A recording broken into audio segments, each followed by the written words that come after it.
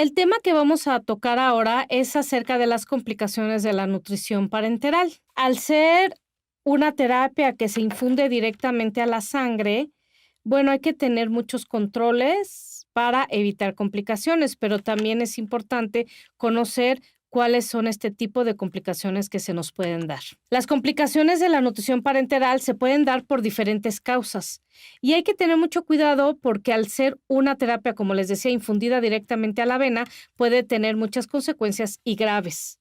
Para fines didácticos, divido las complicaciones de la NP en 4 grandes grupos: infecciosas, mecánicas, metabólicas y yo le llamo de estabilidad de la mezcla. En diferentes bibliografías ustedes pueden encontrar diferentes tipos de clasificación, pero generalmente siempre están de acuerdo en que son infecciosas, mecánicas y metabólicas. Sin embargo, al estar en contacto yo con químicos, sé que también las complicaciones que se pueden dar en cuanto a la estabilidad de una mezcla, al que esta mezcla no esté bien preparada, son también de consecuencias muy graves. Vamos a empezar a platicar un poco de las complicaciones mecánicas. Estas complicaciones mecánicas, o llamadas mecánicas, o en alguna bibliografía te las puedes encontrar como técnicas de la nutrición parenteral, son las que están relacionados a los accesos vasculares, por lo que la obtención del acceso, la preservación y el mantenimiento de la línea central, en el caso que sea una nutrición central, se consideran puntos claves en éxito al proporcionar y mantener la nutrición parenteral. ¿Por qué hablo de la nutrición de la línea central? Porque les recuerdo que la nutrición parenteral periférica es una terapia que tiene como máximo 10 días. Y bueno, obviamente es menos probable que se pueden dar todas las complicaciones tan graves que se dan con un catéter central. Estas complicaciones generalmente se dan cuando la nutrición parenteral tiene más tiempo. En el caso de las nutriciones periféricas, lo que se da mucho, por ejemplo, son las complicaciones por flebitis, ¿no? En el caso de la nutrición parenteral periférica, pero ahorita vamos a platicar más de los catéteres centrales. ¿Qué complicaciones mecánicas podemos mencionar? Bueno, el neumotórax, la punción arterial, quilotórax, lesión nerviosa, embolismo aéreo. Este cuadro a mí me parece muy didáctico y por eso me permití anexarlo en la presentación y lo vamos a platicar un poquito. Bueno, el cuadro constituye de 5 columnas en donde nos habla de la complicación como tal, la causa posible, los síntomas, el tratamiento y la prevención. En la complicación de neumotórax, la causa posible es una lesión pleural con la aguja utilizada para la punción. Los síntomas: dolor al inspirar y expirar, deterioro de la función respiratoria, tos persistente, ansiedad, disminución de ruidos respiratorios en el lado afectado. El tratamiento, bueno, obviamente es manejar los síntomas. Neumotórax pequeño se resuelve sin tratamiento y neumotórax grande puede requerir de sonda endopleural. Y la prevención, bueno, reducir la presión positiva al final de la expiración en el momento de la punción y utilizar una vía periférica para cateterización central. En el caso de la complicación punción arterial, la causa posible es punción o laceración de la arteria durante la punción venosa. Los síntomas: retorno de la sangre, rojo brillante en la jeringa, flujo pulsátil de sangre, hemorragia en el sitio de inserción. El tratamiento, bueno, presión digital, vigilancia de signos vitales y reparación arterial en casos extremos. Prevención: evitar múltiples punciones arteriales, ultrasonido como guía de la punción y corregir coagulopatías. En el caso del hemotórax, punción o laceración accidental de arterias o venas. Los síntomas serían disnea, taquicardia, deterioro de la función respiratoria, tos persistente, ansiedad, disminución de ruidos respiratorios del lado afectado. El tratamiento: radiografía de tórax, determinar origen de la hemorragia, tubo endopleural, toracotomía en caso extremo. La prevención: evitar múltiples punciones arteriales, ultrasonido como guía de la punción, corregir coagulopatías y utilizar una vía de acceso periférico.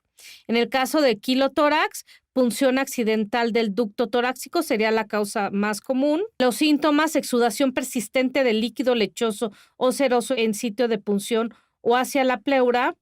Tratamiento: ayuno, tubo torácico, ligadura del conducto torácico en la base izquierda del cuello o en el tórax.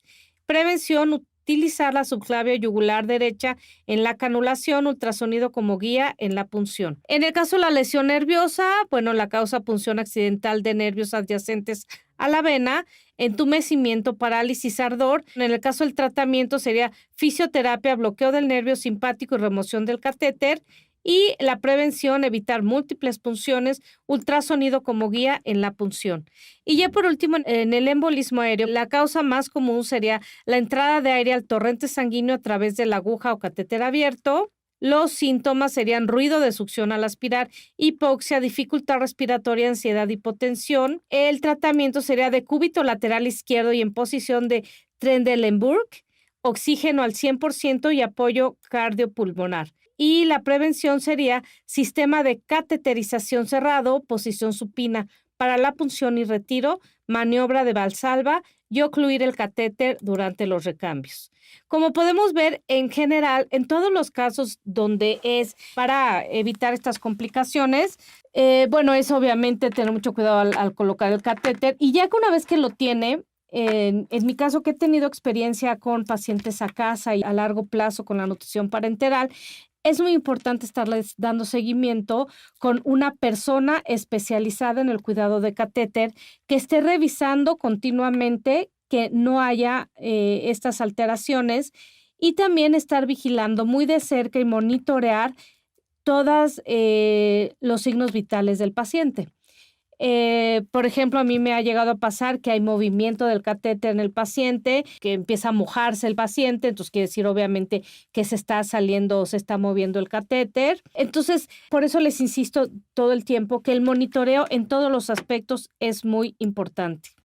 Vamos a platicar ahora de las complicaciones metabólicas. Las complicaciones metabólicas son causadas por una intolerancia del paciente a uno o más constituyentes de la nutrición parenteral. Es muy importante monitorear la tolerancia metabólica de los nutrimentos.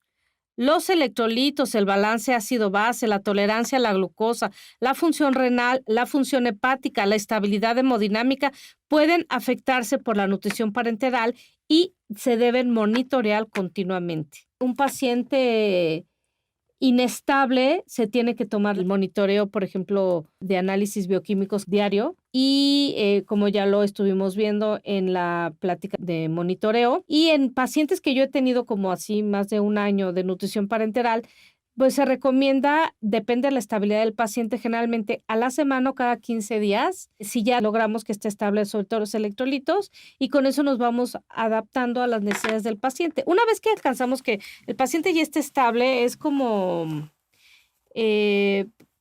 con una revisión cada 15 días de sus análisis de sangre, nos dan buenos resultados y podemos hacer un monitoreo adecuado. Las complicaciones metabólicas más comunes son muchas realmente porque, como les decía, puede haber una alteración de cada uno de los nutrimentos que le estamos dando al paciente, o sea, de cada electrolito, de cada vitamina, de cada mineral, de cada macronutrimento, pero las más comunes son hiperglicemia e hipoglicemia, que tienen que ver con la cantidad de glucosa que está manejando en sangre el paciente. ¿Y qué se hace cuando tenemos este problema de, por ejemplo, de hiperglicemia? Bueno, es importante manejar a lo mejor el porcentaje de hidratos de carbono contra lípidos que estamos manejando en el cálculo. Es decir, a lo mejor le estamos dando demasiados hidratos de carbono, entonces disminuir esa cantidad. Si vemos que sigue con una hiperglicemia alta, entonces podemos empezar a manejarle insulina. La insulina sí es una sustancia que se puede adicionar a la bolsa, pero la verdad es que a mí personalmente, si puedo manejarla con el cálculo y estar manejando mejor diferentes cantidades de dextrosa, me parece que es mucho mejor a estar manejando insulina. Sin embargo, se puede manejar. En el caso de la hipoglicemia, igual es obviamente subir la cantidad de hidratos de carbono. Sí me ha pasado con pacientes que les está manejando baja cantidad de glucosa en sangre. Entonces, bueno, ahí entonces al contrario es subir la cantidad de glucosa que le estás dando, obviamente respetando la tasa de oxidación, pero sí manejar una cantidad más alta de glucosa. Otro muy común es el desequilibrio de los electrolitos y este sí sería algo muy importante. Estos 3 primeros son muy, muy importantes que se manejen lo más preciso que se pueda y cuando pasa esto, pues sí hay que prestar mayor atención a lo que está pasando con el cálculo de la nutrición parenteral. Al principio de una nutrición parenteral, generalmente, bueno, depende de las características del paciente, obviamente, pero se dan mucho estos desequilibrios de electrolitos hasta que tú vas ajustando y el paciente ya llega a un equilibrio precisamente de estos electrolitos. Obviamente los que más me preocuparían serían el fósforo, el potasio, bueno, de algún modo todos, pero tengo mayor cuidado a estos y para que cumplan sus requerimientos adecuadamente y si es necesario estarle complementando. Inclusive a veces en la bolsa de nutrición parenteral no te permite por la estabilidad del producto agregarle más cantidad de algunas sustancias. Entonces, bueno, esto igual se pueden manejar en una bolsa si el paciente tiene una solución de base, aparte de la nutrición parenteral. Me ha pasado que también hemos manejado pacientes con los electrolitos en la solución de base y la bolsa de nutrición parenteral nada más la manejamos con los macronutrimentos y en la solución de base los micronutrimentos. El desequilibrio de líquidos, eso te das cuenta cuando el paciente obviamente se empieza a quejar de sed y sobre todo cuando solamente está recibiendo el paciente nutrición parenteral. Entonces, bueno, pues hay que ajustarle más y más a la nutrición parenteral. Y les vuelvo a comentar, a ver, lo que el paciente requiere a veces no se puede adicionar en una sola bolsa, pero no quiere decir que no lo necesite. Entonces, podemos adicionar soluciones externas para cubrir la cantidad de líquidos que el paciente requiere. Sobre alimentación, obviamente, cuando excedemos las tasas de oxidación recomendadas, o también nos podemos ir con subalimentación cuando estamos dando menor cantidad de nutrimentos de lo que el paciente requiere. Otro también punto importante son las complicaciones hepáticas. Estas complicaciones hepáticas, bueno, pueden ir desde alteraciones en las enzimas, esteatosis hepática, y bueno, esto se está monitoreando con un perfil hepático. La hipofosfatemia, yo les había comentado esto del síndrome de realimentación. Hay unas guías específicas del síndrome de realimentación para evitarlo. Sobre todo tener mucho cuidado, les decía, con el fósforo. Si está muy abajo el fósforo antes de iniciar la nutrición parenteral, pues es importante sí llegar a niveles adecuados. Yo les voy a contar que siempre que doy clases, les hago mucho hincapié en esto a los pacientes y me pasó que en alguna ocasión a mí ya me habían dicho que el paciente tenía nutrición parenteral, entonces trabajando con un doctor me dijo, ¿sabes qué? Hay que seguirle la misma nutrición parenteral, pero realmente cuando fui a ver a la paciente me di cuenta que no, o sea, platiqué con ella y no había tenido nutrición parenteral por unos días y se veía realmente con problemas en los electrolitos, por lo que, pues, es importante mandarle a hacer los análisis, ver en qué niveles están y obviamente estaba bajo el fósforo. Entonces, aunque querían que se nutriera adecuadamente al paciente, pues hay que primero empezar a cubrir esas deficiencias y empezar poco a poco a cubrir los requerimientos del paciente para evitar el síndrome de realimentación, que es muy grave también. Bueno, también alteraciones en oligoelementos, alteraciones en vitaminas, que estos podrían ser, si no menos comunes, pero sí a lo mejor más difíciles de medir en algunos casos. Entonces, las complicaciones metabólicas tienen que ver con todos los nutrimentos, entre que le des más o menos. Entonces, es importante estar monitoreando al paciente. La tercer tipo de complicaciones que tenemos son las complicaciones infecciosas. Esta complicación, les voy a comentar que según varios autores y también a mí me parece que es un tema importante porque es como que la principal complicación que se asocia a la nutrición parenteral. No quiere decir que suceda, pero sí que se asocia. Y es también esta complicación con el monitoreo y los cuidados adecuados que se puede evitar más fácilmente. Bueno, obviamente siguiendo el protocolo, por lo que se debe tener estricta adherencia a los protocolos y monitorear los signos de infección siempre, siempre igual, como fiebre, taquicardia, hiperglicemia súbita, entre otros. Siempre estar al pendiente. Les voy a decir que esto es una forma de explicarlo mía, las complicaciones infecciosas yo las pondría en dos términos, en el catéter, ¿sí? En los accesos y en la misma bolsa de nutrición parenteral. Por eso es importante la cuarta complicación que les voy a comentar, que es la de la preparación de la nutrición parenteral. Aunque muchos autores no la mencionan, para mí es sumamente importante.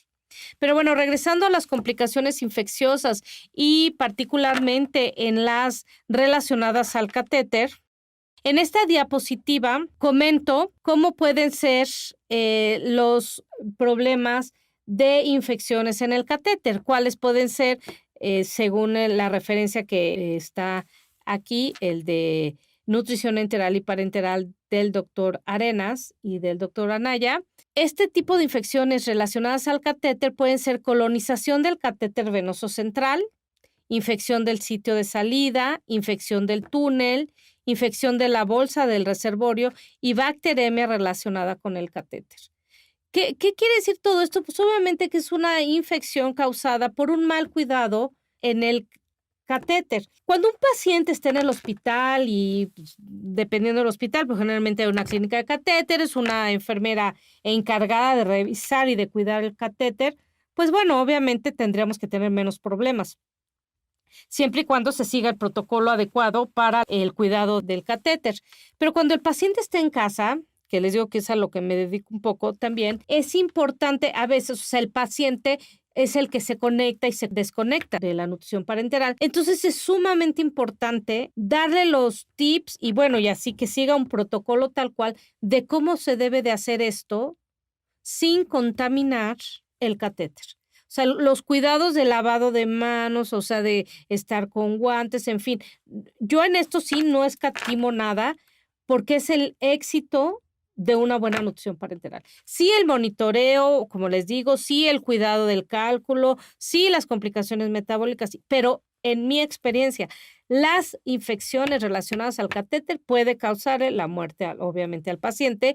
En los pacientes que yo tengo, sobre todo a largo plazo, en casa, y yo ahí sí no escatimo en que aunque el paciente sí llegue él a poderse conectar y desconectar, siempre haya alguien, alguna enfermera especialista en el cuidado del catéter para que le dé seguimiento. De hecho, cuando empieza la nutrición, bueno, si se puede diario, si no lo vamos espaciando, pero hasta que no se tenga controlado eso, no podemos dejar solo al paciente con la desconectada y la conectada del catéter. En el caso de los pacientes que he tenido más tiempo, que yo personalmente fue 1 año y medio más o menos, bueno, fue porque sí ya la paciente se había aprendido a desconectar y conectar, pero la enfermera iba de manera continua a revisar que el catéter estuviera en perfectas condiciones. Y cuando había algún problema, como les digo que puede estar saliéndose el catéter, bueno, pues obviamente la enfermera llegaba, lo revisaba y bueno, si había necesidad, se tenía que cambiar ese catéter. Bueno, obviamente llevar a la paciente al hospital. En el caso de las relacionadas con a la bolsa, les comentaba que había cuestiones infecciosas relacionadas al catéter y también a la bolsa. Bueno, es muy importante, a ver, la bolsa de nutrición, como ya les había platicado, es de nutrición parenteral. Ahí se adicionan una cantidad de nutrimentos, muchos nutrimentos, que están interactuando todo el tiempo. Entonces, la bolsa se debe preparar en un ambiente controlado, bajo protocolos muy estrictos. De hecho, esto no lo digo yo.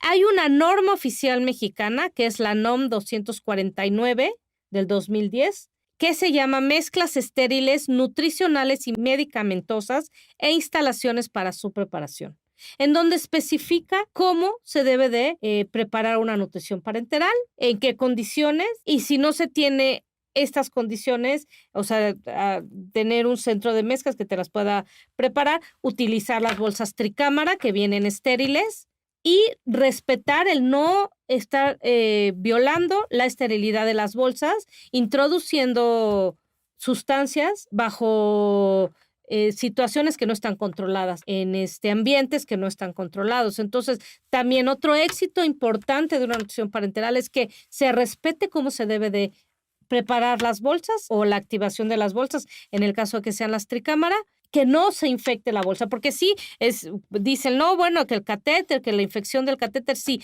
pero si la bolsa está contaminada, obviamente va a causar muchas consecuencias graves en el paciente. Y finalmente tengo las complicaciones relacionadas con la preparación, que eso a lo mejor no lo van a encontrar en ninguna bibliografía como tal, pero en mi experiencia es sumamente importante. ¿Cuáles serían estas? Bueno, una inadecuada preparación de la bolsa de nutrición parenteral total, sobre todo cuando tiene todo, incompatibilidades o estabilidad o inestabilidad. ¿Qué quiere decir esto? Inadecuada preparación de la bolsa.